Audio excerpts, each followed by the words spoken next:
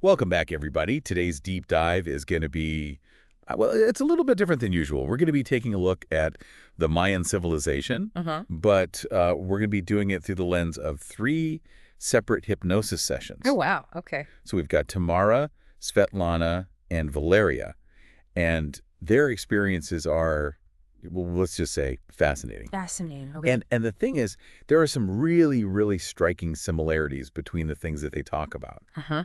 But there's also some wildly divergent and even contradictory information. Right. So that's where you come in to kind of help us make sense of this unique material. Sounds like a challenge. I'm in.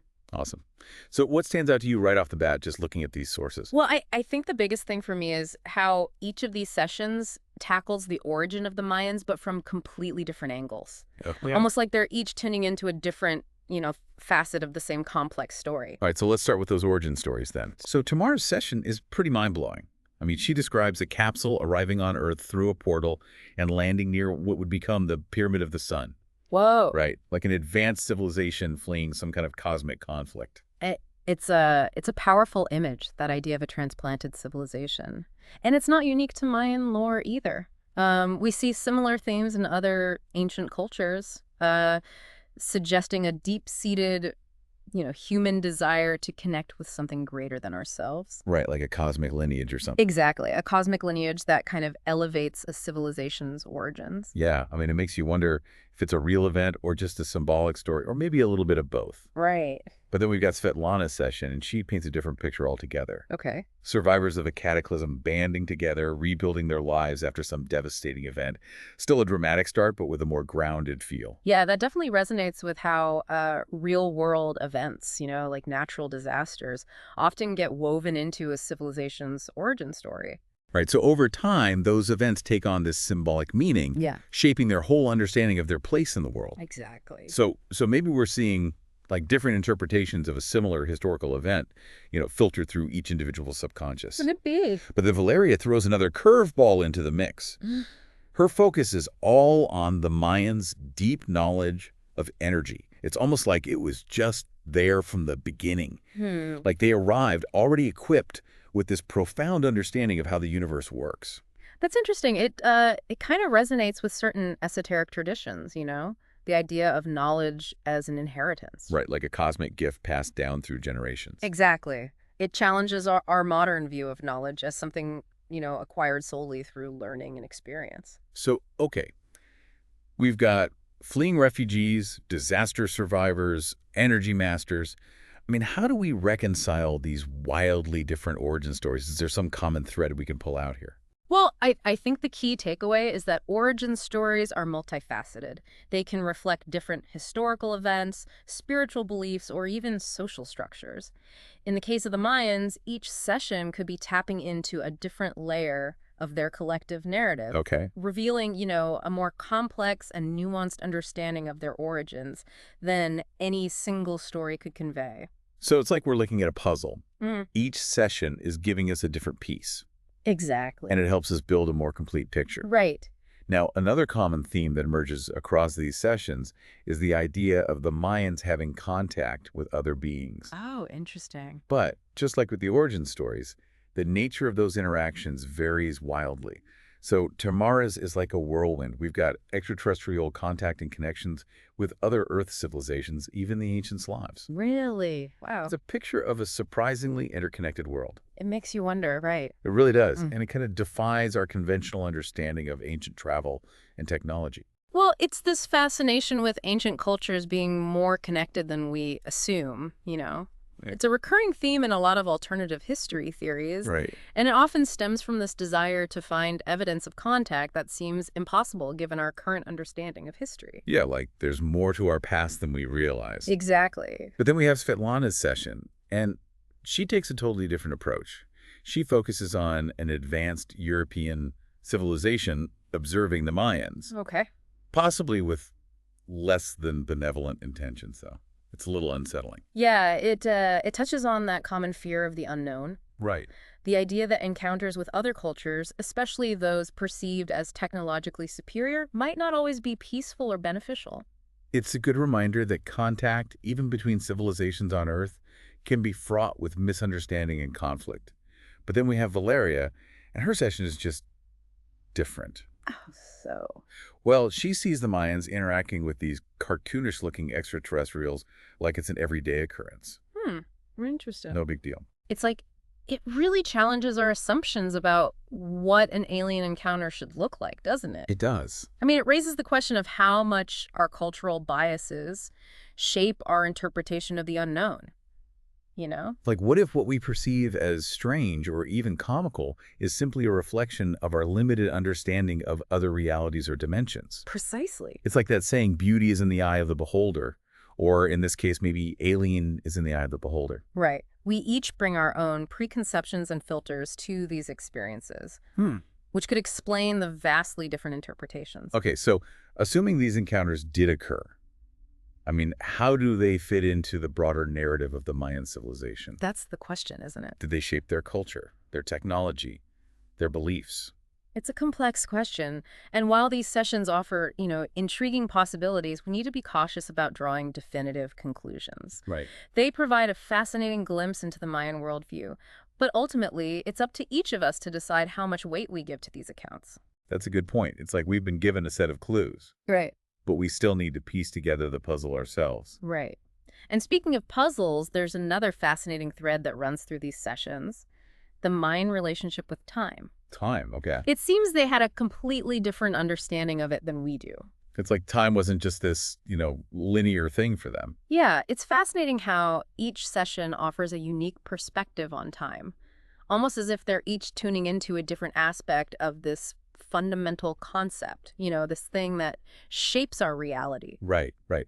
Like Tamara, she connects time to women and cyclical processes. Interesting. She really emphasizes this Mayan focus on natural rhythms and feminine energy, which is a beautiful perspective, I think. It is, and it reminds us that time, as we experience it, it's not a universal constant. I mean, different cultures have held vastly different concepts of time throughout history. That's true.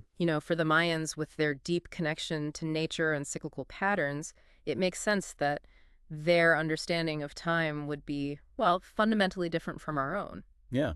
Makes me think about how our modern obsession with productivity and linear progress might actually be limiting our understanding of what time really is. That's an interesting thought. But then we have Svetlana, and she describes time as an element to be interacted with. Oh, okay. Almost like they had a more active, maybe even manipulative relationship with it. That's a fascinating concept. It suggests that maybe some ancient cultures, perhaps through practices that, we've lost or dismissed as superstition, they actually grasped concepts of time and space that modern physics is only now beginning to explore.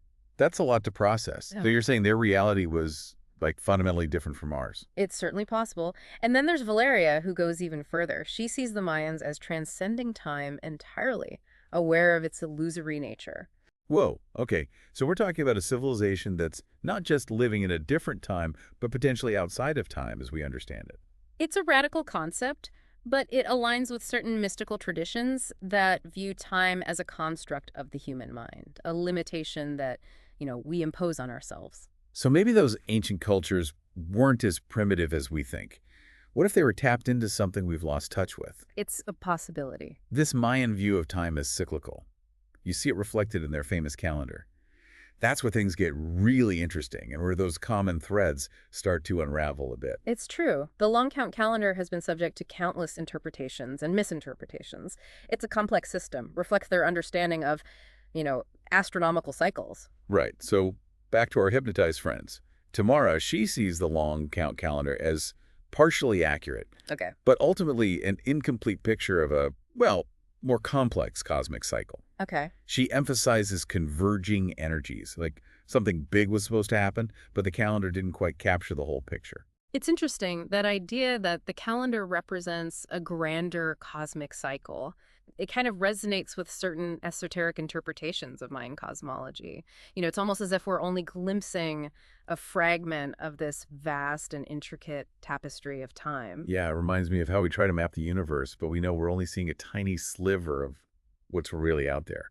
But Svetlana, on the other hand, she sees the calendar as a misinterpreted guide for navigating time, with crucial information obscured or lost. which, you know, highlights the challenge of interpreting these ancient texts and artifacts, especially when we're dealing with cultures whose worldview is so different from our own. It's like trying to decipher a message from another dimension.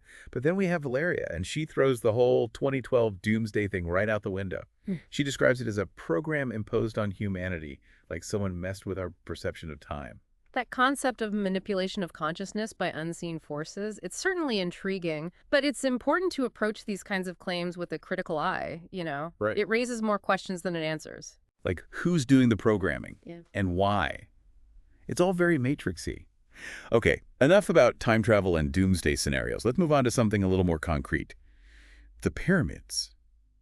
These majestic structures have always been shrouded in mystery, but these hypnosis sessions suggest they were far more than just tombs or temples. They have captured our imaginations for centuries, haven't they? And for good reason. Exactly. They represent a level of architectural and engineering prowess that, you know, continues to baffle us. Tamara's session describes them as intricate machines, Oh. influencing water, preserving food, and channeling energies. Like she's describing some ancient high-tech marvel we haven't even begun to understand. It does resonate with those theories about the pyramid's potential technological functions, like harnessing Earth's natural energies or something. Some people speculate that they were designed for communication or even as astronomical observatories. Okay, so we're not just talking about impressive tombs, we're talking about ancient power plants. Well, while those ideas might seem far-fetched, it's worth remembering that a lot of ancient civilizations possess knowledge and skills that we're only just beginning to rediscover. That's a good point. We often underestimate the ingenuity of those who came before us. So we do. But Svetlana's session takes a different approach. She describes the pyramids as powerful transmitters and receivers of information, particularly through sound and crystal technology. The use of sound and vibration in ancient cultures, it's well documented. Right. What if the Mayans had mastered these techniques to a degree we can only imagine? Sound healing meets pyramid power. Sign me up. But Valeria's session, it takes a completely different approach. She envisions the pyramids as a library, preserving knowledge encoded on stones that were then incorporated into the structure itself. Wow, so instead of writing things down, they built their knowledge into the very walls of their cities. That's some next-level information storage. But all these theories about the pyramids' functions, they still don't answer the most basic question. How do they actually build these things? That's the million-dollar question, isn't it? We're talking about massive stone structures, intricate carvings, precise astronomical alignments. Yeah, and let's not forget those massive stones. How did they move them? Did they have help from those otherworldly beings we were talking about earlier? It's possible. The construction of the pyramids remains a subject of, you know, intense debate. Right. Conventional theories focus on human ingenuity and labor, while others explore the possibility of advanced technology or even, yes, extraterrestrial intervention. It's like we're looking at a puzzle where some of the pieces are missing. We might never know the full story, but that's part of what makes it so fascinating. Now, before we move on to the decline of the Mayan civilization, there's a difficult topic we need to address: human sacrifice. Yeah. It's a practice that's hard to comprehend from our modern perspective. But these sessions offer some possible explanations. What's fascinating is how each session approaches this sensitive topic from a completely different angle, offering a glimpse into the complex interplay of beliefs and motivations that might have contributed to this practice. So tomorrow's session, it suggests that human sacrifice was tied to this, the Mayans' desperation after their extraterrestrial benefactors vanished. It's like they were trying to regain their favor, offering these sacrifices as a plea for their return. It highlights how deeply their beliefs were intertwined with their, perceived relationship with these beings. It wasn't just about appeasing gods, but maybe about reestablishing a vital connection that they felt had been severed. Right. That makes it even more tragic, almost like a desperate attempt to restore a lost connection. But Valeria, she attributes the practice to, she calls it a lowering of vibrations and control by malevolent forces, like the Mayans' original purity had been corrupted somehow. That idea of a fall from grace, a deviation from an initial state of harmony. It's a common theme in a lot of cultures. And it raises the question of whether external forces might have played a role, in shaping their choices, even influencing their spiritual path. So maybe those darker practices weren't inherent to Mayan culture, but a result of something influencing them from the outside. It's like it adds another layer to this whole cosmic mystery. And then there's this decline. This wasn't just about vanishing aliens. Svetlana's disease. Makes you wonder, did something corrupt even the gold they valued so much? It's a chilling thought. She describes it as an energy informational disease, almost like a psychic virus that weakened them from within. The concept of psychic contagion, the spread of negative energy or harmful beliefs, it's certainly intriguing. It challenges us to consider the power of information and how it can be used for good or for ill. Right. It's like someone weaponized information and unleashed it on the Mayans. Yeah. But how do we reconcile that with Tamara's vision of a deliberate disappearance orchestrated by a sinister force? It's like we're caught between intergalactic sabotage and a kind of societal self-destruction. Perhaps those two ideas aren't mutually exclusive. What if external manipulation and internal weakness kind of work together to bring about their downfall? Okay, yeah. Imagine a society so reliant on a certain connection, a specific source of knowledge or energy. Severing that link could leave them vulnerable to manipulation or despair. It's like cutting off a lifeline, leaving them adrift, susceptible to whatever might come along. And in this case, it sounds like something pretty dark took advantage of that vulnerability. But Valeria, she sees the decline as a result of a controlling matrix imposed by these otherworldly forces, a deliberate manipulation that led to their demise. This idea of unseen forces shaping events from behind the scenes, it taps into a deep-seated human fear of losing control, of being pawns in a larger game we don't fully understand, you know? It resonates with those who question the narratives that are presented to us, seeking deeper truths hidden beneath the surface. It's like we're trying to solve a cosmic whodunit, with suspects ranging from, like, malevolent aliens to self-inflicted societal wounds. But maybe the answer is a combination of factors, a perfect storm of internal and external pressures that ultimately led to their decline. So, okay, we've covered a lot of ground. Origin stories, contact experiences, perceptions of time, those enigmatic pyramids, and even the fall of a civilization. We've seen some striking similarities across these hypnosis sessions, but also some wildly divergent interpretations. Where does all of this leave us? Well, I think it leaves us with a deeper appreciation for the complexity of the Mayans and their place in history. These sessions, while certainly not definitive proof of anything, they offer this unique window into their worldview, their struggles, their potential. It's like we've been given this glimpse behind the curtain, a peek into a reality that defies our conventional understanding. Exactly. And perhaps the most important takeaway is this. The Mayans, like all ancient cultures, they weren't monolithic. They were a diverse and dynamic people with complex beliefs, motivations, and experiences. Right. And it reminds us to be cautious about easy answers or sweeping generalizations. When it comes to understanding the past, we might never know the full story, but that's part of the allure, isn't it? Absolutely. The mystery endures, and it invites us to continue exploring, questioning, deepening our appreciation for this rich tapestry of human history. Well said. And on that note, we'll leave you to ponder the mysteries of the Mayan civilization. Were they cosmic travelers, victims of a psychic virus, or something else entirely? The answers, my friends, are out there waiting to be discovered. Until next time, keep exploring, keep questioning, and keep diving deep.